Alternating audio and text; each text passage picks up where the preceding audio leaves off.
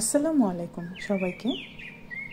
সানামকে school থেকে নিয়ে আসার সময় আমাদের বাসার এই পাশের খালটাতে দেখলাম একটা সাপ মরে ভেসে আছে। সাপটা কিন্তু বেশ মোটা।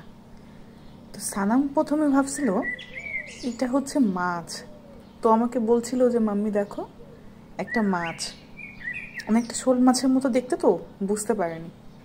তবে সাপটা কিন্তু বেশ বড়, বিষধর কিনা জানি না। সাপ ধরলে কি হয়? কামড় দিয়ে দেয়।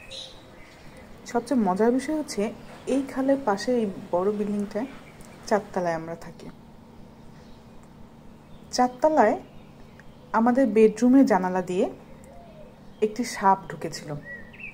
ওই সময় অনেক মানুষ ছিল বিধায় ভিডিও করতে পারেনি। এখানে দাঁড়াও, পড়ে যাবো কিন্তু পানিতে। আর পানিতে পড়লেই কিন্তু এই যে সাপ আছে,